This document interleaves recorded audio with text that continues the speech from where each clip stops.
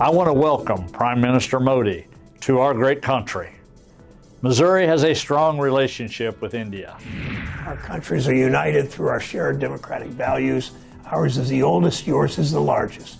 We look forward to finding all kinds of ways to strengthen relations between our two countries. India is also a rising economic power, so I think there's an opportunity to work on the U.S.-India trade relationship. We're talking a lot about supply chains and coming out of the pandemic. I think there's a real opportunity for the two countries to grow together. The growing importance of the relationship between India and the United States cannot be understated. Our shared commitment to democracy and economic freedom serves to build peace and stability in the Indo-Pacific region. We wish to extend the warmest welcome and best wishes to the Honorable Narendra Modi, Prime Minister of the Republic of India, as he embarks soon to come to Washington for the state visit hosted by President Joe Biden. Hello and welcome to Global Eye. I'm Parikshit Luthra. Yes, Prime Minister Modi is heading to the United States for a state visit. He will be the third leader who will be hosted by President Biden for a state visit. So let's look at his schedule, his agenda. In New York, Narendra Modi will lead International Yoga Day event and celebrations at the UN headquarters on the 21st of June. In Washington, D.C., Prime Minister will receive a ceremonial welcome at the White House on 22nd of June. He will be meeting President Biden for a high-level dialogue. There will also be a state dinner that will be hosted for him by President Biden and First Lady Jill Biden. Prime Minister Modi will also be addressing a joint sitting of the US Congress on the same day. This would be the second time that Narendra Modi would be addressing the US Congress. The next day, on the 23rd of June, US Vice President Kamala Harris and Secretary of State Antony Blinken will be hosting a lunch for Narendra Modi where the who's who of America will be present.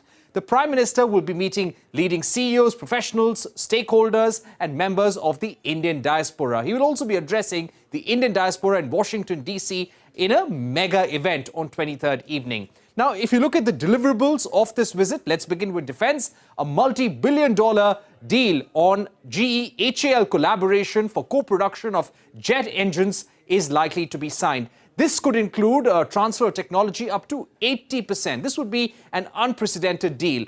Also, we believe that India will seal a deal to buy 30 MQ-9 Reaper drones for $3 billion. When it comes to critical and emerging technology, especially India-US semiconductor supply chain partnership, India and US will announce a collaboration on manufacturing, skilling, design and research in semiconductors and their applications. Micron, according to reports, may announce a $1 billion investment in semiconductor packaging in India. Agreements are also expected on deployment of 5G, 6G, Open RAN, quantum computing and AI.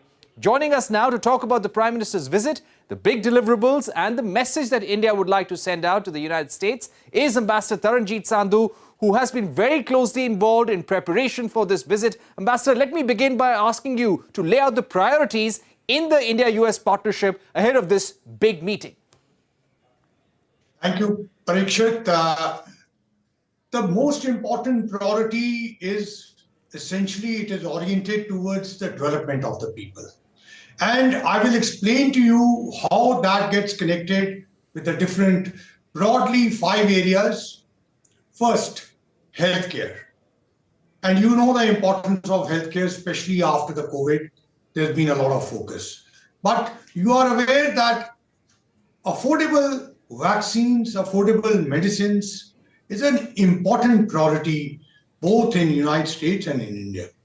I don't know how much you may know, but almost 50% of medicines in the United States are actually manufactured and supplied by Indian producers. For example, paracetamol. If you go to any of the, let's say, CVS or the local pharmacies, even if you look behind, it will be made in India. And that plays a significant role in lowering the medicine prices. Similarly, when India is exporting them, there is a lot of employment generation and also a lot of foreign exchange generation. Similarly, if we look at affordable vaccines, now I'll give you one example.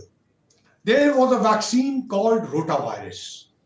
this was being manufactured in the United States and it almost costed $60.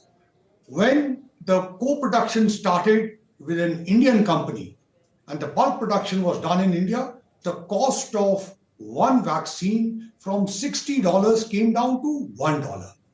And together, we were able to export it to Africa, Latin America, CARICOM, Indo-Pacific.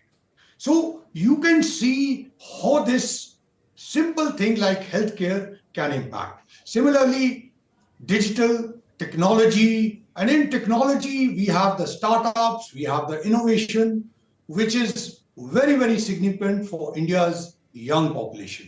And also critical technology on which I'm sure in subsequent questions we'll be able to touch upon. Now, technology cuts across. It touches every area. And you know that United States is a technology powerhouse. And India is an emerging technology powerhouse. So this collaboration and cooperation is natural between the two. Third area I will touch is energy, clean energy, renewables, green hydrogen, battery technology, etc., etc. In each of these, I can elaborate. Again, this is focused towards the development of the people and it helps both the countries. You are aware of first solar investment in Tamil Nadu. That's going to be a huge investment coming in. And fourth area is education and knowledge partnership. You are aware we have more than 200,000 Indian students. 2/3 of them are in STEM areas. They bring value and competitive edge to the US economy. Just like the number of Indian Americans who are professionals spread all over. So in this, skilling is an important area. That's one of the key subjects which we will be touching upon. And when we talk of education and knowledge partnership today, we just don't simply mean Indian students here. We are looking at campus-to-campus relations under our new education policy. We are also looking at intertwining of degrees, joint research work, etc., etc. So broadly, these are areas where we can be working together. And finally, defense and strategic. Again, you know, as a powerhouse of the world, the United States has the topmost technology. And today, we are looking at not just simply trade, but we are looking at co-development of production together. I'm sure in subsequent questions, I will get to touch upon that. Okay. Thank you for laying the context of this high-level visit. And PM Modi will only be the third leader that President Biden will be hosting at the White House for a state visit. Ambassador Sandhu, if I were to ask you for a bit of flavor on the Prime Minister's visit to the United States, to New York and Washington, D.C., how will this visit be in terms of connecting personally with President Biden, the Indian diaspora, and some of the events that are being organized by the White House, by the State Department, and other organizations for the PM? So, you know, the connect between Prime Minister Modi and President Biden is not new. You would be aware in 2014, as Vice President, Biden hosted a lunch in honor of the visiting Prime Minister. That was Prime Minister Modi's first visit to the United States. And even personally, both of them have been invested in the relationship of United States and India. In fact, the other day, and I know that your channel was covering the IDEA Summit, Secretary of State Blinken, he looked back to the 90s when President Biden was a senator and the Secretary of State himself was a staffer on the Hill. And he reminded people that President Biden had actually, in the American terminology, bet on India at that time. And this relationship has moved from 14 onwards. But in the last 2 years, we have seen a much more robust, in fact, very much in every of interactions they have, then they have had more than 20 interactions in the last 2 years, in person, virtual, and last one being in Hiroshima. And you saw the warm chemistry between them. But in terms of this particular visit, It's going to be rich in ceremonial as well as substantive elements, as you indicated. It is a state visit. This is the highest form of honor that can be accorded to the Prime Minister and to India.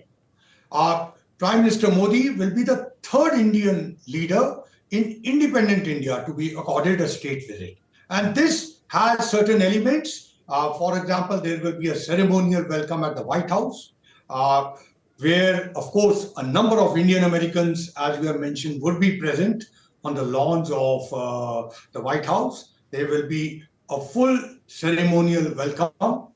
Then there is, of course, the bilateral discussions, but there is a state dinner where you will find the top of cream of United States attending. And essentially, the two leaders will spend substantial time together. And this kind of engagement you will see, in fact, the kind of time they will be spending will be unprecedented. So therefore, this visit is indeed special. Right. Could you give us a sense of the number of hours these two leaders may spend together, sir? Well, at this time, I don't want to go into hours, but all I'm telling you is you will see as the visit proceeds that they will be spending a lot of time together and on number of days, and it will be unprecedented. Right. We've also been reading reports that both leaders will fly to Camp David. Could you also give us a sense about the diaspora event that's going to take place, sir? I think the diaspora events have been happening here. You will recall in 2014. And diaspora will be involved in number of, and again, I want to stress, in the state visit, there will be a number of areas where diaspora will get an opportunity to see firsthand the honor being provided for Prime Minister Modi and for India. And that is at the ceremonial welcome, and that will also be at the joint address to the US Congress. Right. On that note, we take a short break, but don't go anywhere. This conversation with Ambassador Taranjit Sandhu continues on the other side.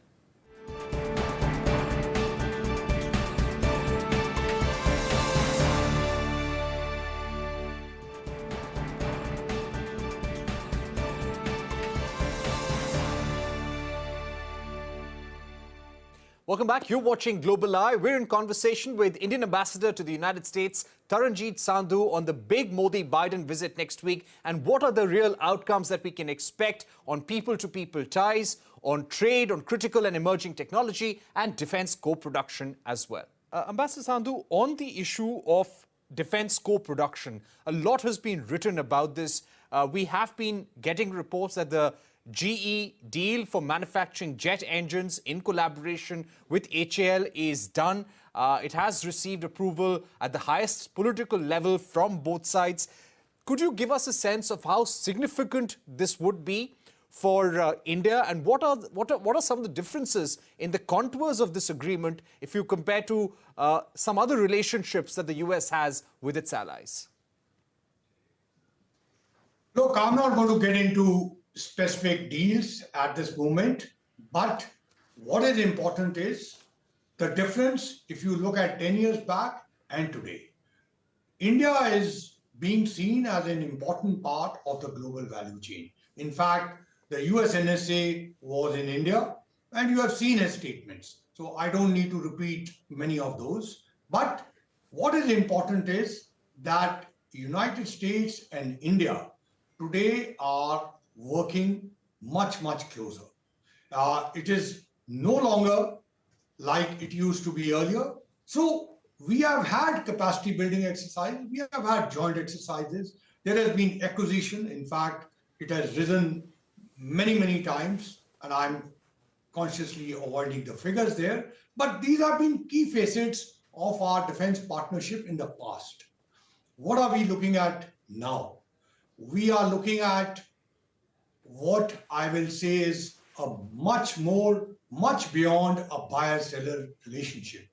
Actually, we are being integrated into the global defense supply chain, and the leverage of India's comparative advantages and that opportunity in defense industrial collaboration, especially here in innovation, co-development, and co-production. You have seen 2 US Navy ships have undergone repairs in India. Did that ever happen 10 years ago?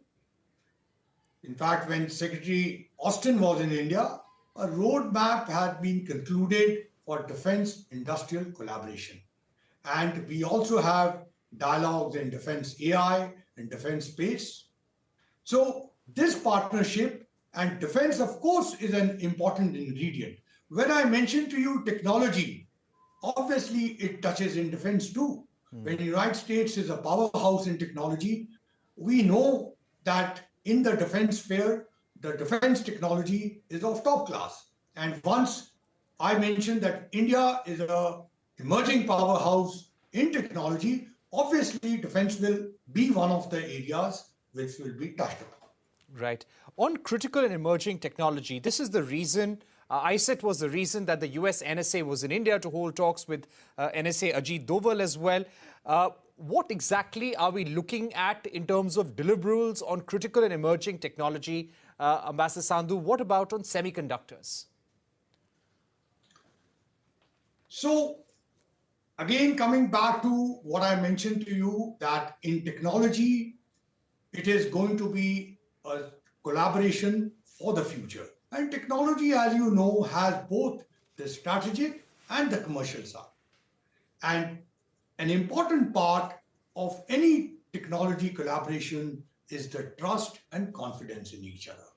And that was very clearly reflected when our NSA was here and now NSA Sullivan was in India. Now, coming specifically to ISET, you can see that the ISET, which was held in January in Washington, D.C., actually saw for the first time government, industry, academia coming together. And that's the beauty of ISET. In fact, ISET was announced last year by Prime Minister and President Biden in Tokyo. And NSA this year formally launched it at the White House. And you can see the movement has been so swift. You just had the NSA Sullivan in Delhi for the follow-up, and also shows the importance, both the leaderships attached to ISET. Now, what are the areas which will get covered in this? This is new and emerging technologies. So scientific R&D, quantum, AI, defense innovation, space, telecommunications, that includes 5G, 6G, semiconductors. So all these, my friend, will be touched upon during this visit. There's very much going to be on focus. I am going to avoid telling you specifics, but let me assure you that there already have been policy initiatives on both sides. For example, the CHIPS Act in the United States and semiconductor mission in India. And you are already aware that the semiconductor mission in India tied up with a number of academic institutions. So this is a win-win proposition, and it's a proposition for the future. And finally, I will again come back to the most important aspect, that tech handshake between the two countries is very much powered by trust and confidence in each other. That's an important point, Ambassador Sandhu. You've really given us a whole scope of collaboration on critical, emerging and new technologies. On the issue of semiconductors, without going into deliverables, could you give us a sense of how we're progressing, making progress on the MOU that was signed between Gina Raimondo and Piyush Goyal in India? See, there are many elements of semiconductors. And as I mentioned to you, that semiconductors will be an important deliverable during this visit. But having said that, fabs, having the ecosystem around the fabs, that's one aspect. But there's also an equally important aspect of research. And that is, again, one area in which United States and India are going to collaborate very strongly, are already collaborating. And this will happen much more. And finally, the third part, which many of the people miss, you know, in semiconductors, you require a huge trained manpower. And here, India is uniquely placed. 50% of our population is very, very young. And when Prime Minister says it is for global good, what we essentially mean is that even in the semiconductor area, the kind of training, the kind of focus and investments which semiconductor industry here is looking at in India, skilling and trained manpower will be the third and a very important element of that.